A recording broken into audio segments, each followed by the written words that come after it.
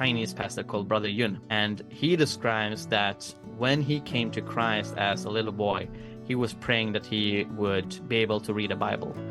The Bible was forbidden literature, and you could be severely punished by the Chinese regime if you owned a Bible. But he was praying for it, and he was praying for 3 months. And one night he had a dream when a man came and gave him a lovely piece of bread that was inside a red cloth. And then he woke up from the dream by a knock on the door, and he opened the door, and that was the same man that he had dreamt about, and he had a Bible inside a red cloth. Now that man excused himself, and he said, "I'm sorry it has taken so long. God started to speak to me 3 months ago that there was this boy in the nearby village praying for a Bible.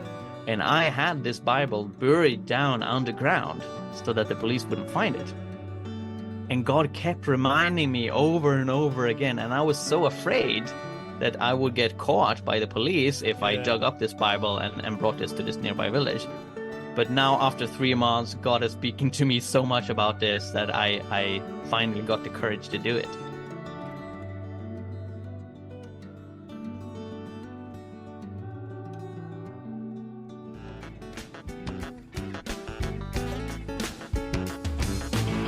You gotta live it, you gotta love it.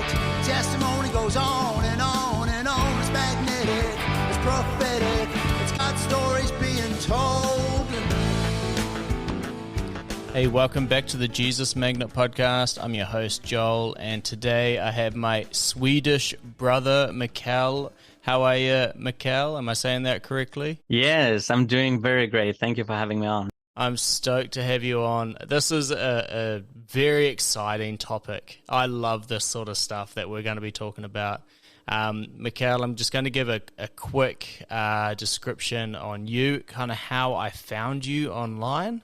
And I think what you do in particular is so powerful in today's world where people want, if you can provide real evidence for God, then they might start to listen. So in a world full of skeptics, man, you've got an amazing ministry. So here's the story. I'm searching the internet.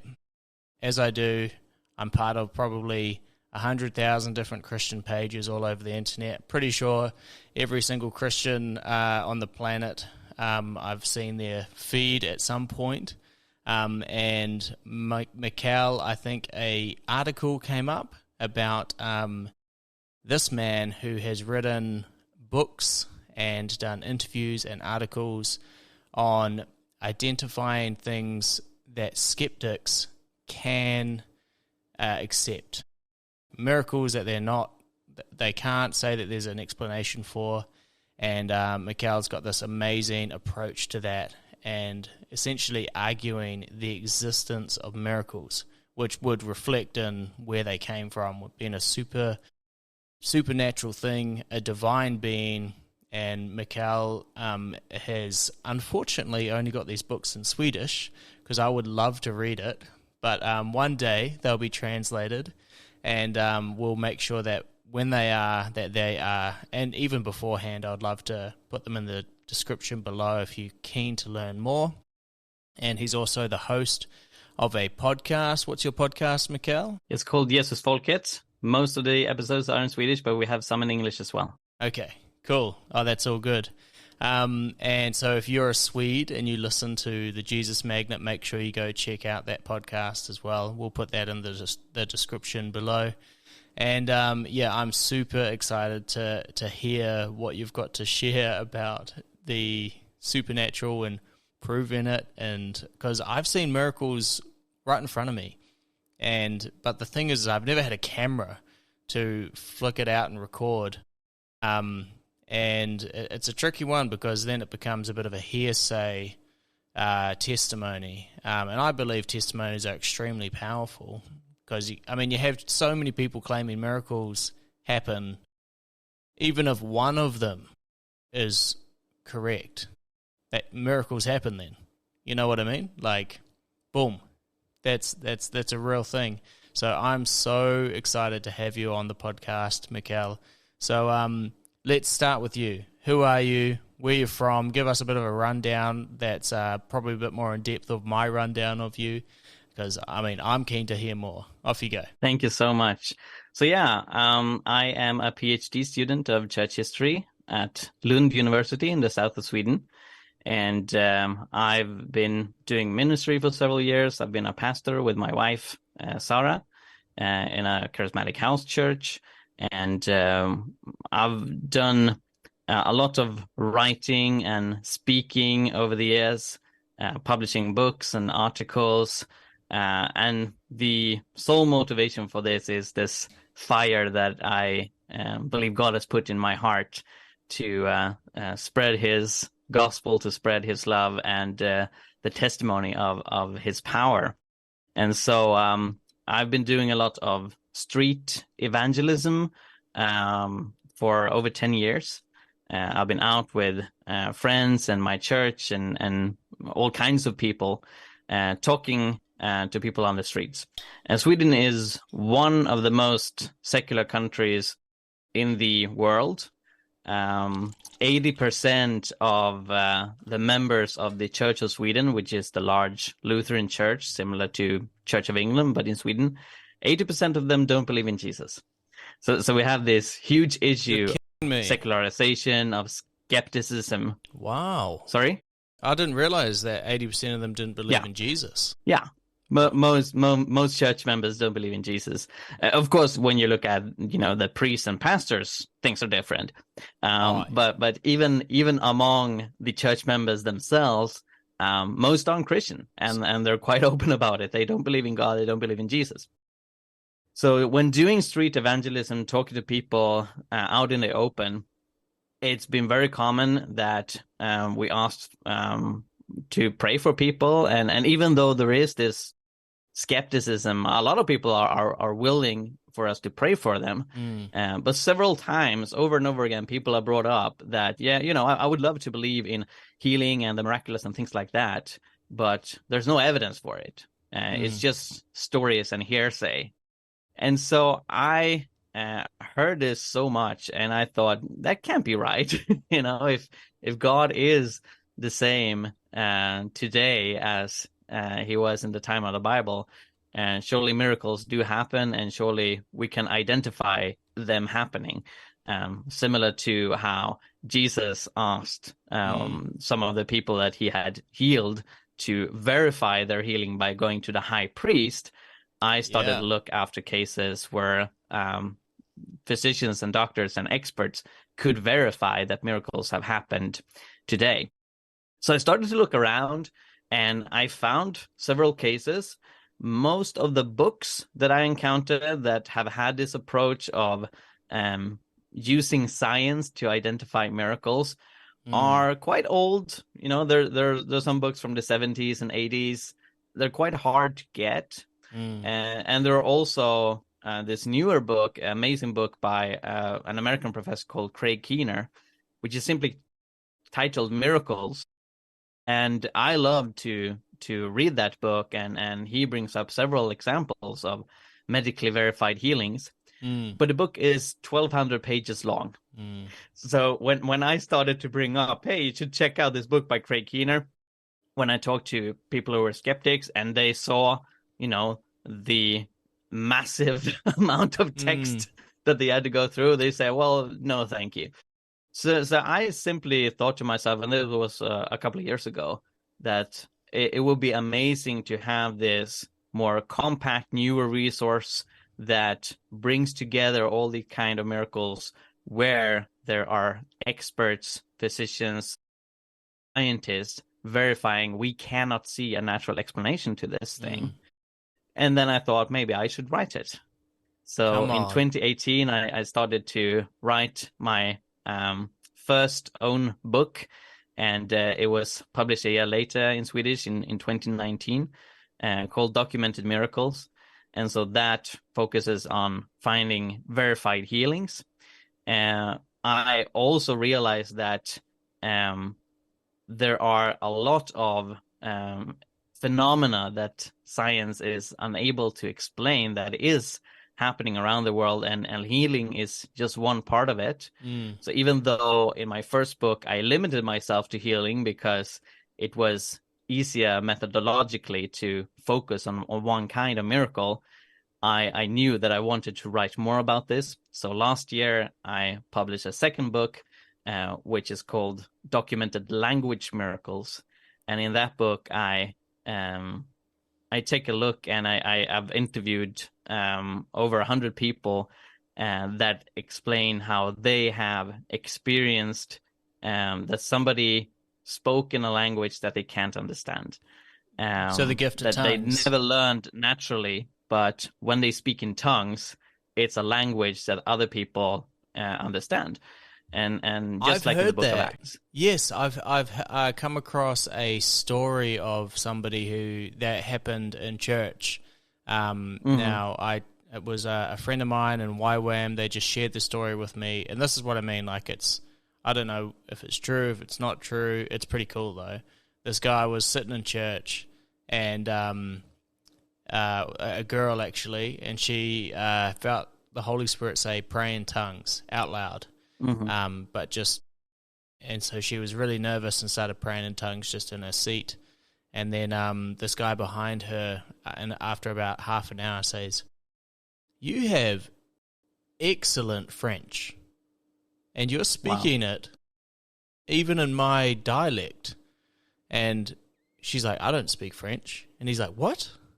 He's like, he could hear it in his language, and it was like really specific stuff that she was praying. It's just amazing. So is that the sort of thing that you've heard and interviewed people with similar stories to that? Exactly. And what I've done is that I both talk with the person who spoke the language as well as the people hearing the language, and compare their different accounts of the same event.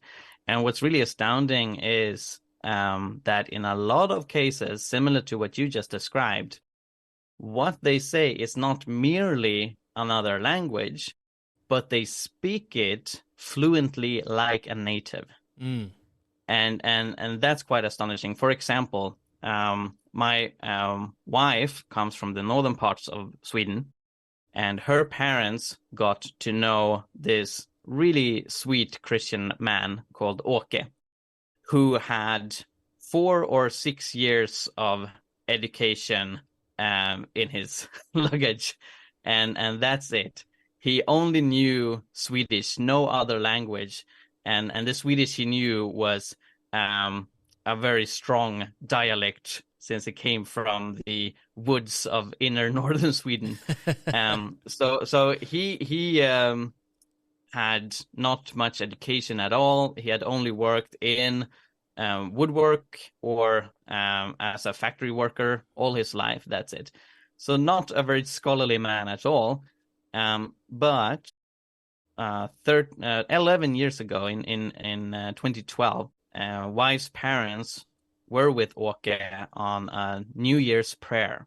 So they gathered in a small town called Fredrika, which isn't long from Wilhelmina, where I know that you have relatives there. Yes, yeah.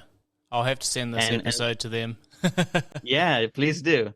So they were there in this small town. They were praying for the new year that was about to come. And Åke felt the Holy Spirit's power in him, and he started to speak in tongues. Right after he had spoken publicly in tongues, there was a physician there who gave the interpretation that he had spoken about the power and majesty of God. And normally when people give their interpretation of tongues, which is a spiritual gift according to the Apostle Paul in 1 Corinthians 12, the interpretation is given to them similar like a prophetic word. So they didn't actually understand what were spoken in tongues, but they experience that the Holy Spirit teaches them what the message was. But after this had happened, and my wife's parents are speaking with Åke, and they were about to get some coffee and stuff, then this physician comes to them. So she was called Dr. Palmer, And she said that when I gave the interpretation, I was not hearing this special voice of God telling me what was actually what you had been communicating. I was merely translating the exact words that you had said, because you, okay, you spoke Latin. And she said you spoke pure textbook Latin, the same Latin that we go through in medical school, and she had studied some Latin on top of that as well. You spoke it just similar to a professor of Latin. Wow. And this was Åke, the factory worker who had just gone a few years in school when he was a small kid. Hasn't secretly been learning English, this. could not speak any other language than Swedish. Wow. And so he got tears in his eyes, and he said, wow, I can't imagine I spoke Latin. Yeah. And he had actually in his later days, he has passed on to the Lord now, but he had no living relatives left. He had no family, no children, or so. So he spent a lot of time with my wife's family. He went over for Christmas and so on. So my wife vividly remember him from her growing up. And so she, as well as her parents, have brought this up, how he several times after this incident just could sit in awe and thankfulness looking out the window towards heaven and man, in a gentle voice saying, I can't imagine that God let me speak Latin. Yeah. So this is an example, and I've spoken, of course, to my wife's parents. I've also spoke to another lady who was present at the same time called Anita, and sort of cross-referenced this event, and they all tell me this same story, that this man who no one could have believed could speak Latin like a professor. And that's really the key part. Because if one would suspect that he's trying to do this impressive spiritual trick, going to a secret dark room and trying to learn some Latin words for himself so that he then can flex some spiritual muscles and pretend to speak Latin by the Spirit, even though he had just memorized it. Yeah. If he had done that, which wouldn't really be in line with his character based on what my wife's parents have said on other parts of his life. But if he would have done that, the pronunciation would be terrible. Yes, true. The dialect. That's where it really throws. Wow. Just like my pronunciation would be terrible if I tried a New Zealand dialect. And not to make too many assumptions, but I suspect that if you try to speak Swedish, it might not be with a native dialect, right? No, because I've been trying to speak it for years. Takes years and years and years. Yeah. And I mean, I used to live in the UK for 8 months. And there I met this lovely Italian lady who had been living there for 50 years. She had married a British man, so she had been staying in the UK for 50 years. And she talked like this. Would you like some pasta? Because it was too hard for her to get the sort of British pronunciation. And I guess she's an extreme case because she also didn't seem too much interested in that. And perhaps a lot of people saw some charm in her having this very almost stereotypical Italian dialect. But even if she had attempted to do the more authentic British dialect, it would have taken so much time because that's a hard thing to do. When people are able to speak fluently in another language in a perfect native dialect, skeptics have a lot of troubles explaining how that can happen naturally. Yes, that's so true. I mean, over the years I've tried my luck at learning a little bit of Swedish here and there from my wonderful sister-in-law, but I can't even pronounce her name properly. according to her. And it's just like that dialect, like you're saying, like just the letters that my tongue is not used to forming, like the way Exactly. that, Yeah. and I've never, I shouldn't be expected to be able to make pronunciation in that way because my body has no muscle memory to be able to do that. So that's when the miracle goes to the next level. It's like you're actually doing something that your body can't do even if it tried to. Like even if you were reading it step by step, my tongue has never moved that way. And it's really tricky, like my R's. In some like Portuguese, they really got the... I can't do it, see? They really roll their R's, and I can't do it, and Yeah, I don't think I'll ever be able to do it. But yeah, that's what I mean. Like, that's an incredible... And I love how you've chosen, like, out of all the different types of miracles, you chose a language one to like, go deep into. And... Because that's one that's not like, I mean, you got healing ministries all over the world, and I'm waiting for the person who turns water to wine. That ministry would be quite cool, but no, I'm just kidding.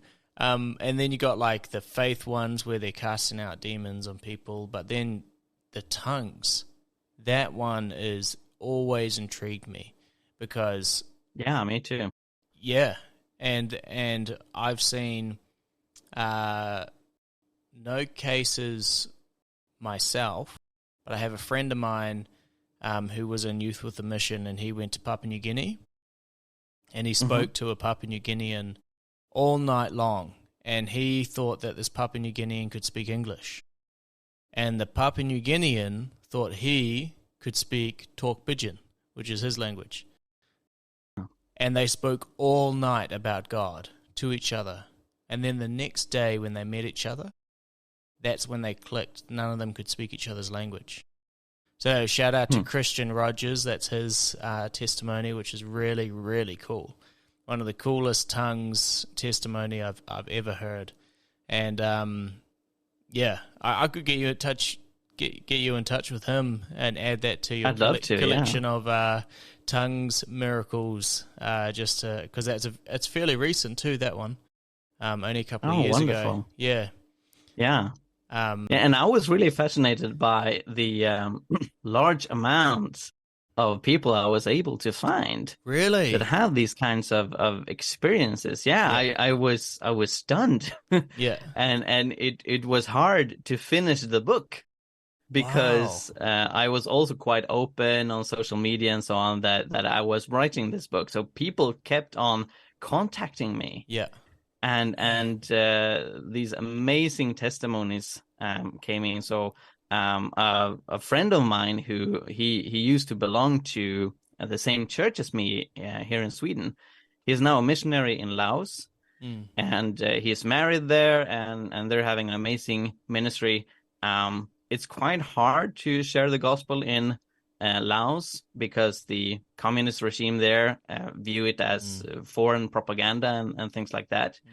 But they find creative ways to tell people about Christ, and they've also adopted some children who were orphans. One of them they literally found on a garbage dump, looking for food, and so they adopted her and take care of these children, and they only speak the Laoan language, and they don't know English or any other language, even though they go to school for that, but they haven't really reached that level of language comprehension yet.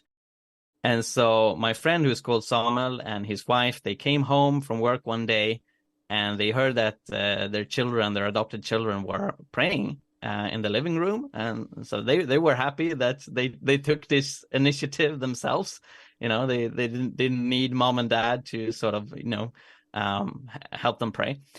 And Samuel was stunned because he heard that his adopted daughter spoke Swedish when she prayed, and she had never learned a word of Swedish. And I asked him how was her pronunciation, and he said it was perfect Swedish, just like you and I would speak, right? Not only that, when she was praying in Swedish, she mentioned specific people that Samuel knew. You're Here in kidding. Sweden. And she had, he had never mentioned these people to her. Yeah. But she talked or prayed for them and prayed for specific things in their lives, and also mentioned how important it is that Samuel contacts them and tell them these Joking. things. Oh my And gosh. here's the really cool part. Then her language shifted, and all of a sudden she spoke Norwegian. Oh, wow. Now, Swedish and Norwegian, they're quite similar language. I can understand most Norwegian people. Yeah. It's, some words are different, but they're kind of similar to dialects rather than separate languages. But they're still very distinct. It's a very different way of speaking. So in Swedish, if I would say I'm on the Jesus Magnet podcast, I would say jag är på Jesus Magnet podcasten. But in Norwegian, they would rather say jag är på Jesus Magnet podcasten. It's not really It's quite the different. same kind of language. The tone is very different. Yeah. So she switched to Norwegian. Yeah. And the same thing happened, that she mentioned a specific Norwegian person, a missionary that Samuel knew, called Rune Edvardsen. Yeah. And she prayed for him and said that he is in a country with dark-skinned people considering buying a huge plot of land. And I know, Lord, that you want him to buy this plot of land. So I pray that Samuel will call him and tell him to buy this plot of land. So she said this all in Norwegian. Oh my God. How old is this girl? Of course, also was a language that they had never even considered teaching her. Yeah. And they had never spoken any Norwegian in the house. Of course, Samuel being from Sweden, he could have the occasional calls in Swedish with people. Even though it would be really a stretch to claim that his adoptive daughter had learned Swedish based on just, overhearing such phone calls. Norwegian she had never heard even.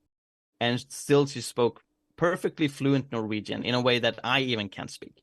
Oh my gosh. So Samuel, he called this Norwegian missionary friend of him, Rune Edvardsen, and he asked him, "Are you sitting down?" Yeah. So Rune said, "Yeah, okay, I'm sitting down." Stay sitting. And then Samuel explained to him, "My daughter, she can only speak the Laotian language, no other language. Yet she spoke in Norwegian when she was praying. God did a miracle." And she mentioned your name. She said that you're in a country with dark-skinned people, which he was. He was in Uganda. And you're considering buying a large plot of land. And she's saying that you should buy it.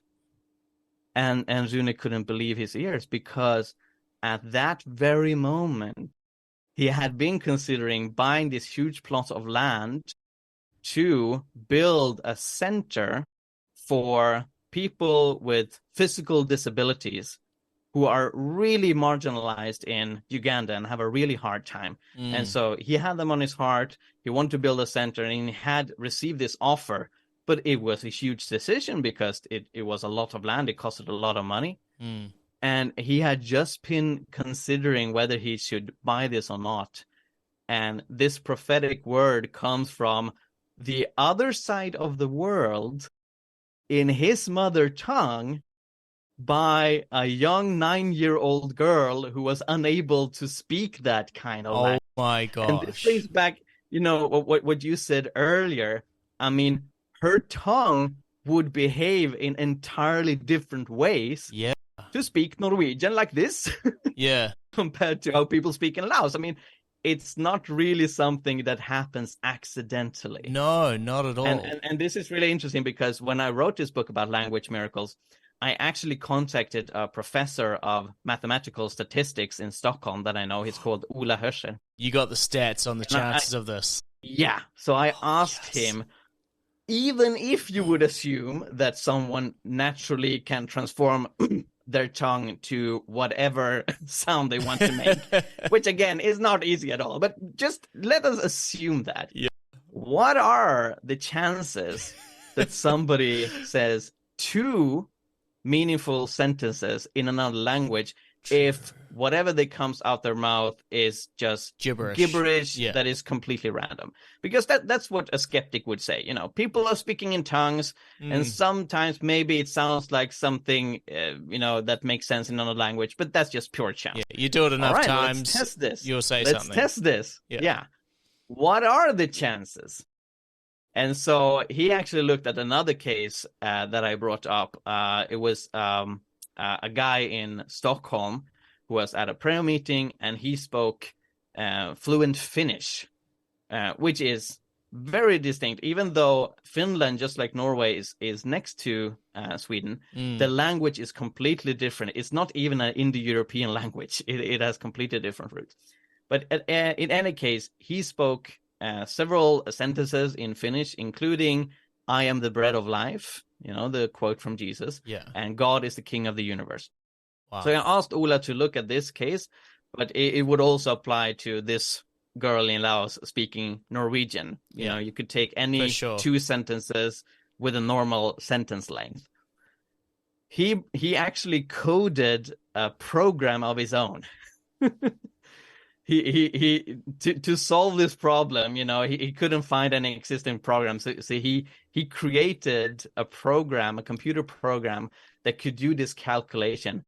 And he brought in all the statistics on all the kinds of sounds that people could make with their tongues and so on, simplified it a bit because, sometimes we might say something, but what another listener perceives as something else. So we have some error of margin there. But still, just two sentences that make sense in another language. The statistics or the probability of that happening when you speak completely randomly is 88 to the 10th to the 57th. And for the listeners who aren't into math, that's basically 88 and 57 zeros after it. Oh my gosh. Man. The probability that I get completely crushed by a satellite randomly falling from the sky over the next 5 seconds is billions and billions and billions more probable than this girl in Laos speaking Norwegian or this guy in Stockholm speaking Finnish. And there you go. I wasn't crushed by a satellite. So based on, pure chance, pure randomness, that's not a path that the skeptic can take. There is something else going on here. Yeah. And what natural explanation can you possibly find for this? Yeah. When I've been looking at, internet forums discussing this kind of language miracles, I saw someone bring up a theory based on a video game. So there's this video game called Assassin's Creed, where people have memories stored in their DNA. And they speculated, well, perhaps it's like this, that, even if this girl from Laos, she couldn't speak Swedish or Norwegian naturally, but maybe she had some ancestors, at some point in the past, who maybe knew these languages, and these languages have been stored in the DNA. The problem is that this video game isn't based on science. A flashy science fiction game. Yeah. In reality, languages can't be stored long-term through DNA or other kinds of mechanism that is being brought from generation to generation. The only things that you can possibly call sort of this genetic memory are reflexes and instincts, but that's not at all in the same ballpark as being able to fluently speak another language. Yeah. But the mere fact that this skeptic had to bring up this video game theory to provide some sort of a natural explanation really shows how hard it is to be a skeptic when confronted with these cases. And again, pretty far-fetched. In the case of this girl from Laos, I spoke to Samuel, I spoke to Rune, I heard his testimony as well. And I also heard from another person who had been involved in this about this event. So it can't really be dismissed as well as some kind of hearsay. It's just a legend from a country far away. No, I mean, Samuel is there right now. He's still in Laos, you know. Yeah. We can still call him and have him tell this for us. It's not like this legendary myth from afar.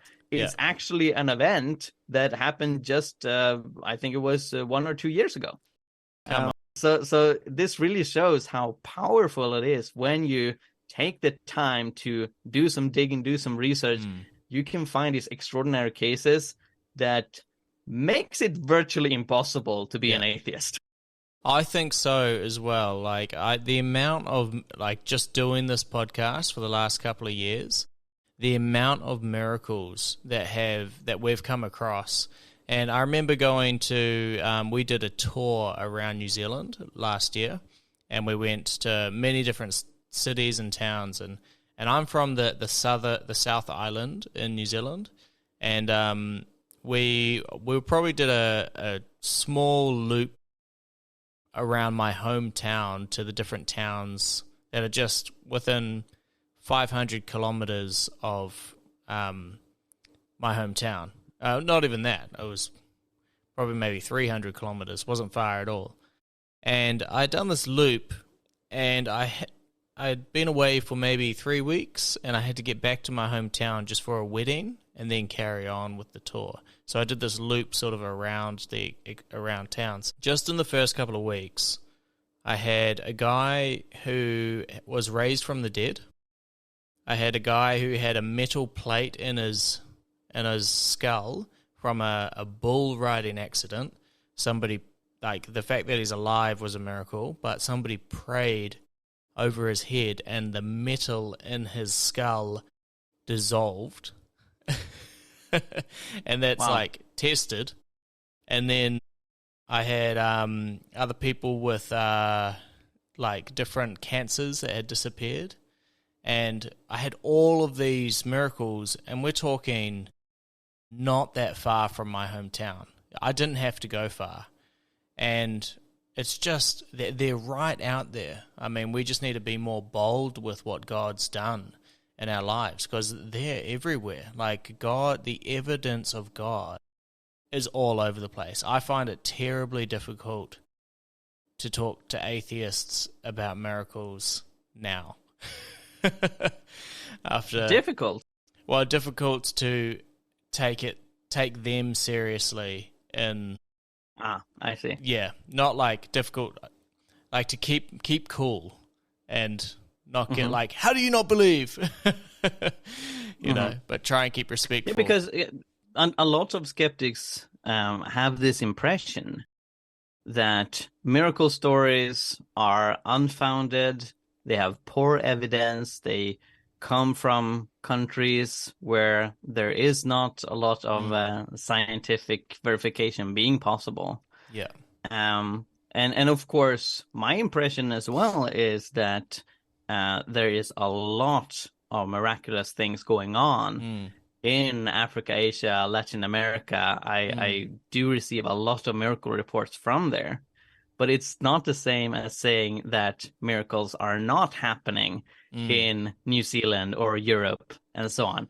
Yeah. Because when you take the time to do some research, do some digging, it's amazing what you can find. And I'm glad that you brought up these healing miracles, because that as well has been so amazing for me to study, because there are so many cases where highly trained physicians and doctors just state that they cannot find a natural explanation to what just happened.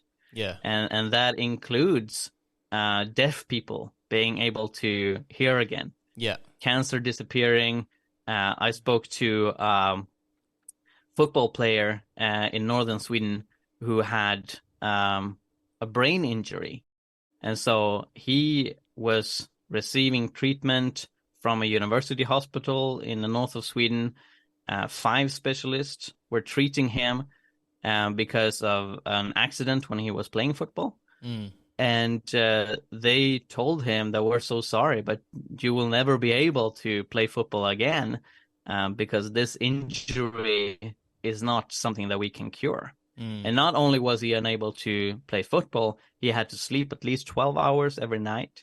He couldn't watch movies, he couldn't listen to music, he couldn't go to church or to a restaurant or to public places in general, because all of this was too overwhelming for his brain to process. Yeah. And so he spent most of his time in a dark room in his apartment. But he, after being sick for 10 months, he had convinced his physicians to at least get close to the football field by attempting to coach the women's team in Umeå, which is his hometown. And so they said, we're not really sure that you can handle it, but if you have sunglasses on and you put things on your ears to sort of limit the amount of sound that can reach them, perhaps you can try to do that. When he's going to participate or sit next to this game, he receives a text message from a girl in church, and the text message read, Jens, which was his name, "Today is your day. Come to church and you'll be healed." What? That's a great text message to receive, right?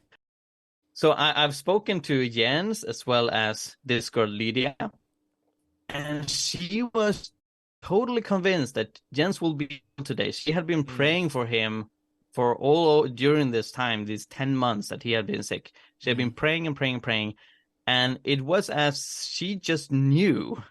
It was as if God just had put a fact inside her head that today is the day that Jens will be healed. Yeah. But Jens replied, I'm grateful that you think of me, but unfortunately I can't make it to church today, because he was going to this game instead. And so she takes it back. That's not a problem. It's not the church who heals, but it's God who heals. Come on. Later that afternoon at 4:30 approximately, when Jens was sitting next to the football field, and just as the doctor had predicted, it was so hard for him to keep up. It was so hard for his brain to absorb all the information out there, and he had this horrible headache and stuff like that. All of a sudden, the headache disappeared. He could take off the sunglasses. He could see and hear and perceive everything. Yeah. And he was just astounded. Now, he didn't really have the hopes that he was permanently healed. He thought, well, maybe it's just the adrenaline from the football game, because I love football so much that makes me feel better. But he went home, he fell asleep, and then he woke up early the next morning. During this time when he had this brain injury, when he had been doing something exhaustive, he had to sleep not only for 12 hours, but 15 hours normally. But he woke up after just 8 hours, like, a normal bunch of sleep. And so the next day, he really tested his capacity. So he played some football with a friend. He helped his dad in his garage. He ate lunch on a restaurant with his girlfriend. And there was no problem at all. So then the day after that, he thought, thank you, God, for actually healing me. So he went to a prayer meeting at his church on the following Thursday. So he had been well now for 4 days. And Lydia was there, and she was so happy to see him, because he hadn't shown up for church for months, because he couldn't really handle a large group of people. But he was there. She was overzealous and asked him, how are you? How are you feeling? And Jens said, I'm feeling great, and I have a question for you. When was it that you prayed for me last Sunday? And it was 4:30. Oh, come on. Exact same time when he had been healed several kilometers away. Oh, that's so cool. Jens contacted the hospital and said that I'm fine now. The brain injury is gone. Yeah. And the doctor that he spoke to said, no, it's not, because it can't be. Yeah. This is not something that you get cured from. And Jens said, well, now I work 100% at my job, and I play football again, and I can do everything that I could before. So I think I'm pretty healed. Yeah. And so he had to come in, and they did some more testing, and they made a compromise. Since it was clear that he was completely well, but you can't get cured from that brain injury, they said that you're 50% well now as a compromise. But then Wow. after a few months, they realized how silly that was, because even though on paper he was 50% on sick leave, he could work perfectly fine, no problems at all. So then eventually, even though it was impossible for him to get well from this injury, they had to give him a statement that he's perfectly fine. And so I've gone through his medical records and I've seen all of this. And it's just amazing that this thing that physically couldn't happen, according to 5 specialist doctors. Yeah. You know, this is in a welfare country where we do have quite advanced medicine. It's not like these doctors had no clue what they were doing. Still, you know, they observed something that cannot happen. Wow. And they wrote it down, and they God. couldn't see any natural explanation to him being well. And all of this is documented, in black and white. It's everyone to see. So it's really amazing the powerful testimonies that can be found when taking the help of these medical records, of these scientific statements.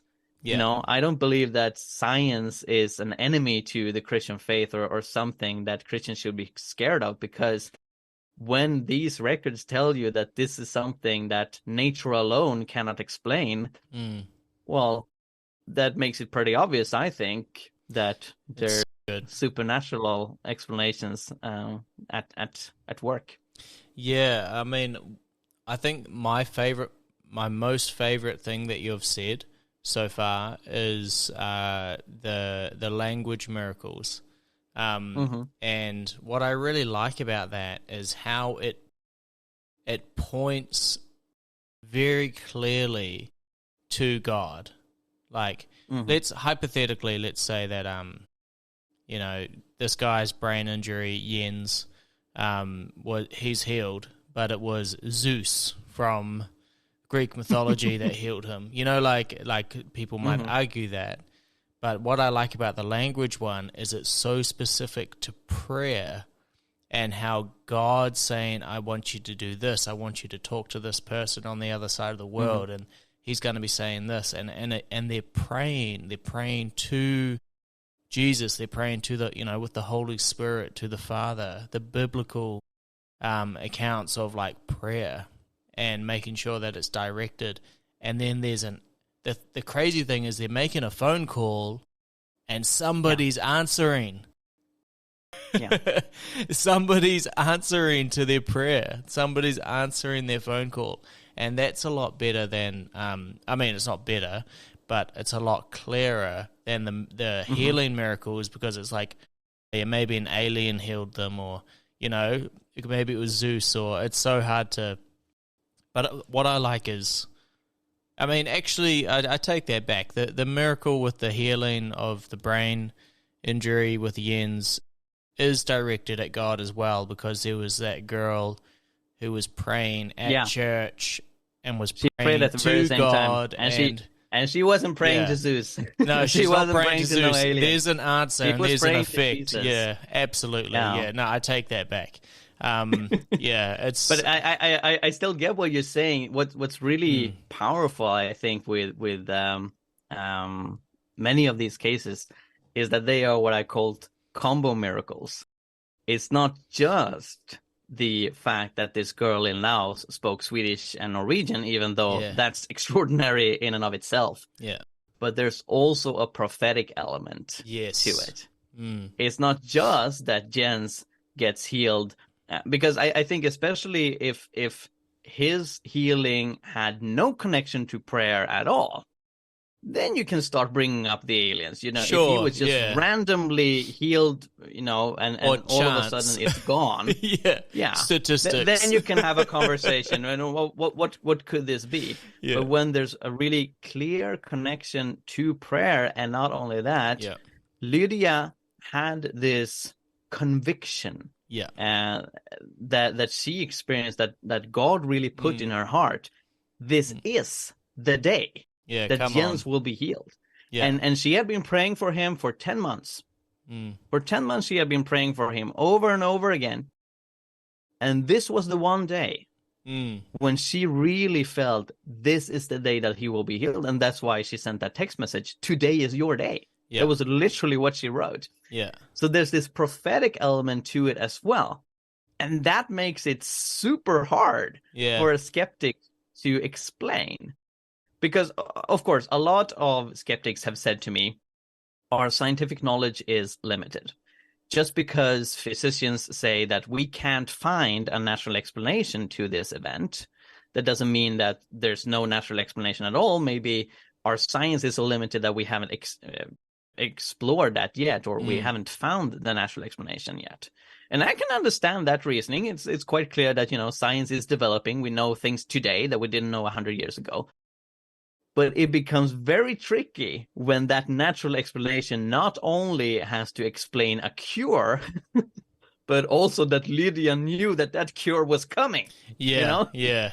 It's Double whammy. really difficult to find a natural explanation to things like that.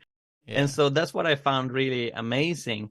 And the reason I've gone through this process of finding examples of doctors saying that there's no natural explanation is to provide solid ground to stand on, to say that this isn't hearsay, this isn't legends from far away, this is actual events that very qualified experts have looked at, unable to find natural explanations. And even if one would claim that, there could be natural explanation that we haven't found yet, what those natural explanations have to deal with is not merely the cures in themselves, but also the circumstances. Yeah. Because all of the cases that I've looked at, I've looked at another woman here in Sweden called Maria, who was about to go completely deaf. Her hearing came back, and her doctor said, "I can't find a medical explanation to this because the cells in your ear had died, and now they have come back to life." Resurrection power. It's not merely a healing, and it's weird to say merely healing, because healing themselves are very extraordinary. Yeah. But it's actually miniature reversing, like you said, of the resurrection. Yeah. Cells being raised from the dead. Yeah. Which there's no natural explanation for. That's so cool. To look at cases like this and show that, yes, doctors say that they find no natural explanations, but not only that, Maria received her hearing back at the exact same moment when she was in church. And there were some missionaries there who had shared testimonies about what God is doing in Ethiopia, in Africa. And they said that God isn't just doing things in Africa, he's doing things here as well. So they prayed for her. And that was the moment when her hearing came back. Yeah. So that circumstance of her cure happening at the same time when people are praying for them, that makes it very, very difficult to remain an atheist. Yeah. Because even if you speculate that, there could be some unknown natural phenomena that randomly raises ear cells from the dead, okay. Why is that natural phenomena found in a church? Why does that happen at the same time as prayer? Yeah. And eventually you have to come up with these crazy theories of, maybe prayer has some power in it, but it's not connected to God, it's something else. That's mainly, trying to grasp something that stands right in front of you, but you don't want to call it what it is. You want to sort of have another fancy explanation for it. It's just like, that it's becoming increasingly common that people say that we're living in a simulation, that we're all in this great computer program, and there's some programmer that has programmed things, because life is so unbelievably extraordinary. Yeah. It is so unlikely that life came to be in the That's universe a in and of funny. itself. I actually And love so that they theory. come with this explanation. The theory of the computer. Sorry, Mikael. I just want to jump in with that theory on the computer program. I actually love that because what they're describing is creation and God. Yes, they do. They do. The coder or the designer. But it sounds more sciencey. And so they think that they're describing something else, but what they're really saying that this universe is created, and I say I agree. Yeah. And sure, you can call God a programmer if you want, go ahead. But that's what I was just going to say. You cannot ignore what Christians have been saying for thousands of years, and and sort of throw that away as those are just old stories. No, you literally believe it yourself. Come on, that's so good. Here's a question, and I just think this is something that skeptics will come up with when it comes to Jens and his story on being healed. Why did God not heal him earlier? Like you said, she was praying for 10 months. And they will use this as an argument against God. It's not really an argument, though, because at the end of the day, he's still healed, isn't he? Yeah. That still doesn't mean it didn't happen. But why didn't he do it earlier? But do you have an answer to that? Yeah. Yeah, it's not a powerful argument against God's existence, because as long as you don't have a natural explanation to it eventually happening, you cannot claim that there is a natural explanation just by pointing out that it took a longer time than Jens would have wanted, or Lydia for that matter. Yeah. But it is a question about our relationship with God, and there are a lot of people who have experienced sorrow and disillusionment and even anger and disappointment just by the fact that prayer to answer takes longer time than they expect, or sometimes it's not the answer that they wanted in the first place. I've spoken to several people who have been praying and praying and praying for people who are sick, and they aren't healed, but they die. Now, what I point out to them is that when healing is described in the New Testament, it is described as this amazing gift from God. It shows his power and his love. And it is also a foretaste. It is something that points to a future reality, which in the book of Revelation is described as being centered around the tree of life, returning from the Garden of Eden. And this tree has fruit that gives eternal life, and its leaves is healing for the people. So what the Bible describes is that there is eternal healing for every single one who comes to Jesus, asks him to forgive their sins, and are reconciled with God and born again. That is the biblical promise. Regardless of what we experience in the present age, in eternity, there will be complete and lasting healing for every single sickness and disease. Yeah. That is the biblical promise. Now, there is still this huge issue with, but if some experience this foretaste and this proof of the things to come, why aren't all experiencing it? Why do some people pray and pray and pray and nothing happens, while others maybe they pray just once and all of a sudden they're healed? And I don't have a simple, easy answer to that. I think that there are a lot of factors at play, and some of them are in the domain of humanity. I think that things like unrepentant sins, perhaps people that we haven't forgiven, even though we're commanded to forgive others as God forgives us, that can play a part, but that's not really the only explanation that you can point to. There is also this mystery of answer to prayer being delayed, which the Bible brings up from time to time. So in Daniel chapter 7, there's this really interesting story of Daniel praying and fasting for 3 weeks. And after those 3 weeks, all of a sudden this angelic being shows up and he gives him the the prophecy that he was promised. But before providing the answer to his prayer, this angel says that he was delayed for 3 weeks because of this demonic prince over Persia who was blocking his way. And that's a really curious thing to say. I'm sure if the angel hadn't provided this example, the debate would be, was it Daniel's fault that it took so long? Because, maybe he wasn't fasting enough. Maybe he was, taking some candy from time to time. Or is it God's fault? Maybe God, was lazy or something like that. But what it really shows is that just as God uses human agents to perform his will, even though we're not perfect, maybe God is using these angels and these spiritual systems that we frankly have not much clue about what's going on in the spiritual world. And maybe that is something as well to consider. And when I read Daniel 7, I'm reminded of a passage in a book called The Heavenly Man by a Chinese pastor called Brother Yun. And he describes that when he came to Christ as a little boy, he was praying that he would be able to read a Bible. And the Bible was forbidden literature, and you could be severely punished by the Chinese regime if you owned a Bible.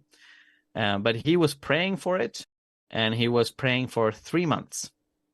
And one night he had a dream when a man came and gave him a lovely piece of bread that was inside a red cloth. And then he woke up from the dream by a knock on the door, and he opened the door, and that was the same man that he had dreamt about, and he had a Bible inside a red cloth.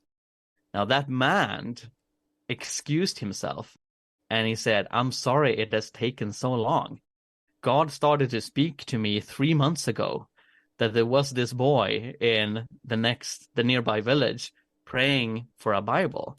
And I had this Bible buried down underground so that the police wouldn't find it. And God kept reminding me over and over again. And I was so afraid that I would get caught by the police if I dug up this Bible and brought this to this nearby village. But now, after 3 months, God is speaking to me so much about this that I finally got the courage to do it." And so, of course, God could probably have chosen a faster path of providing you a Bible. God could even create a Bible from nothing, and put it on his drawer. But maybe God had multiple purposes in mind. Maybe he also wanted to form the discipleship of this man. Amen. And so there could be these thousands of reasons why Jens was sick for 10 months instead of 10 minutes, and I don't have the answers to all of that. What I do know is that it was extremely powerful and impactful both for Jens and Lydia when this actually happened. And I'm sure that Jens has learned a lot. I'm careful with saying that, every time when healing has been delayed or when healing doesn't come when we want to, it's just because we want to learn something from suffering. I'm not saying that that's, the easy go-to answer in all cases. But sometimes it could be other things that we're not even aware of. Yeah. And I'm sure that when we're together with Jesus in paradise and we all have access to this wonderful tree of life, we have no sicknesses or any kind of damages, physical, mental, tormenting us, then Jesus will start explaining why things happened the way they did. Yeah. But until then, it's a mystery that we have to live with. But this was a long answer. But to bring it back to what you started with, it is not a really powerful argument against God's existence. Yeah. Because you don't provide a natural explanation to a healing simply by pointing out that a lot of us would have wanted the healing to happen quicker or in another way. Yeah, there's a great quote which is God's never late, but he misses a lot of times to be early. And in other words, it's always God's timing. He's never late. It's the right time when things happen. A friend of mine, he shared a very quite a heart touching story of one of his dear friends years ago died of cancer, and so she was diagnosed of cancer, and she was pretty young, and the whole church was praying that she would be healed, and she died. And my friend, he said he fasted, he prayed, and he believes he had full faith, no doubt that God was going to heal. And then he prayed to God. He was angry. He said, "Why? Why did you take her if we had faith? And I trust you, but I just need to know why." And God actually responded to him, and it was quite a powerful answer. And he said, "Michael, sometimes," his name's Mike as well, he said, "sometimes I take the sickness from the person, and other times I take the person from the sickness. But in both times, they're healed." And it was quite a powerful statement when I think about it. And it's like, okay, which perspective are we looking at this? Are we looking at it from God's perspective? When if we see these people that are not healed in our eyes, but are they alive? Are they well? Are they with Jesus? They're probably more alive than we are now. And it's just changing your perspective and having that trust in God. God actually knows what he's doing. And not having the doubt that God won't heal again, because he's done it before and he'll do it again. But remember, it's his method. It's how is he going to deliver that healing? You know, just read the Bible. You know, Jesus spits in somebody's face to heal the blind man. You know, you can never really pick the healing sometimes and the method and how he's going to do it. Well, he doesn't spit in his face, but spits in the dirt and then rubs it in his eyes. Yeah. And, you know, it blows my mind.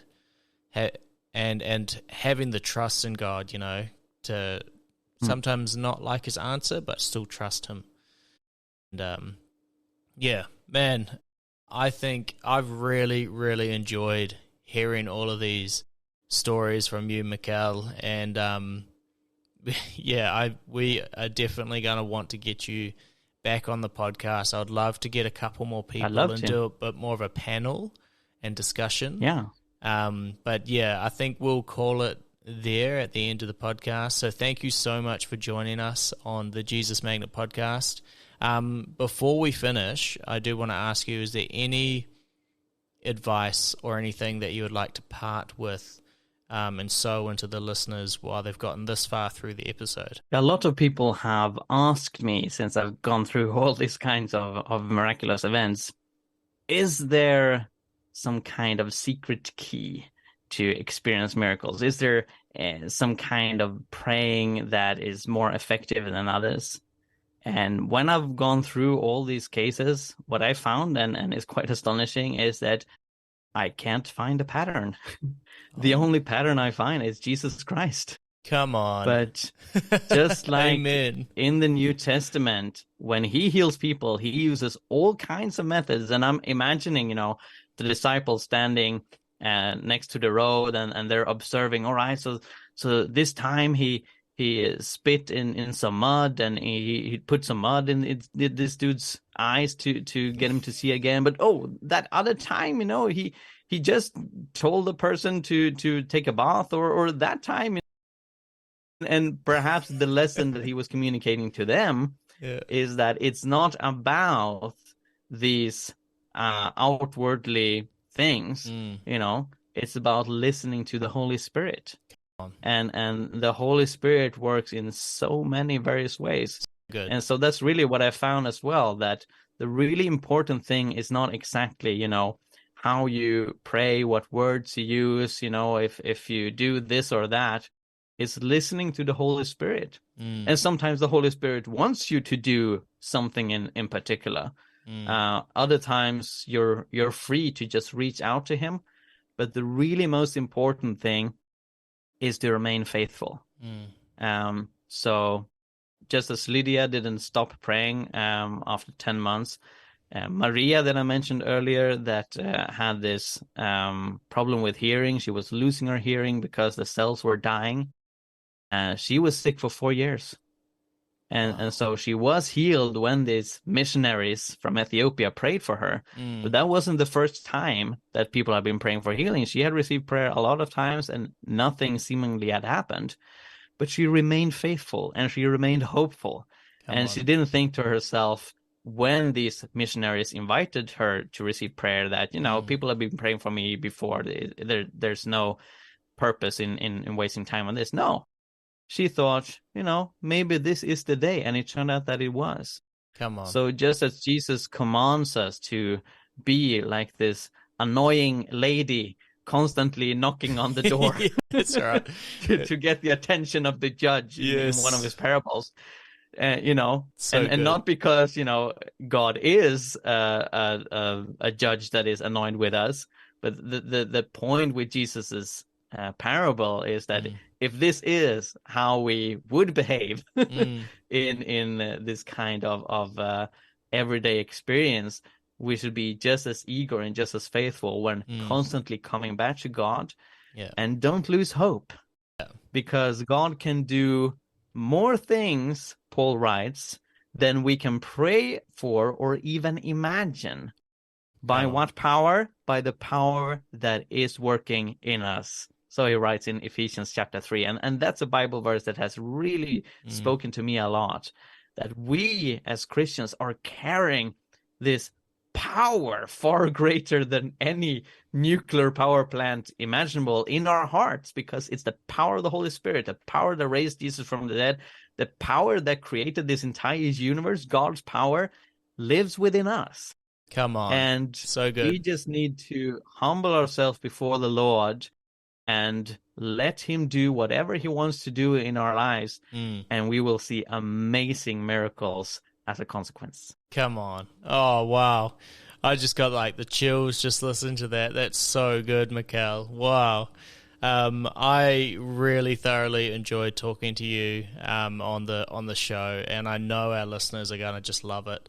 So thank you so much for joining us on the Jesus Magnet podcast. You're an amazing man. I continue to pray for you and your ministry. And if you want to get to know some of the more things that Mikael has done and doing, we're going to have all of his links in the description below. So make sure you check that out. Thanks for listening to this episode of the Jesus Magnet podcast.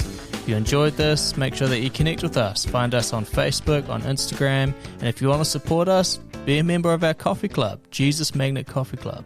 See you next time on the Jesus Magnet.